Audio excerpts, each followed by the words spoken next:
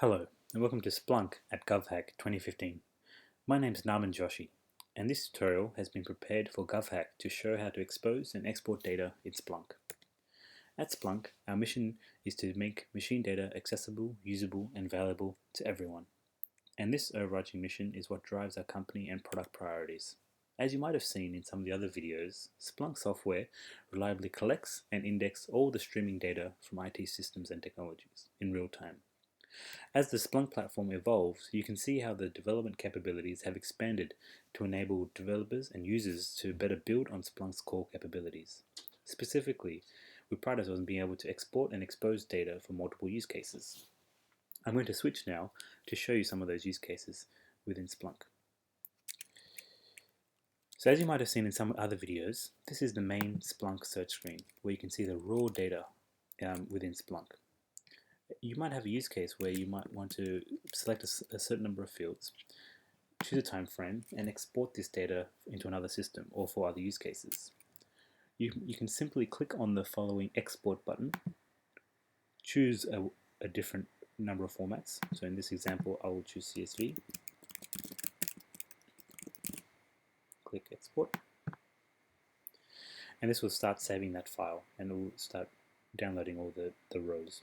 As you might have seen, there are a few different values you can export: XML, JSON, and you can also control the number of rows. Another really interesting feature is the ability to schedule these reports so that they're run on a regular basis, and this can be exported to another system, for example. So if I open up this CSV file, you can see that that data is now exported into the CSV format, and it's got the rows and columns here. Very easy, very simple. Another great use case is being able to expose dashboards and visualizations. So one I created earlier was just a quick graph of the JVM heap. What I might want to do is expose this dashboard into another system like SharePoint or Jira or some other monitoring tool I might have. And so simply being able to expose this graph might be really useful. So I can simply click Edit, Dashboards, GovHack, and then Edit. This is now going to give me an iframe which I can embed into any sort of web-based application. So I can copy this, take this to a text editor,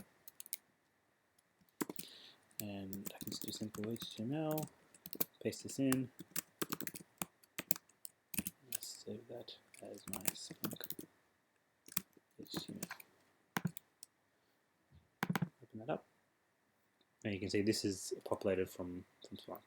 The fantastic thing about this is that no one needs to have access to Splunk or any of the security permissions. It's just the panel. This is now an iframe into the Splunk search language where they can't drill down or do sort of any activity. So that's some really quick use cases to export and expose data within Splunk.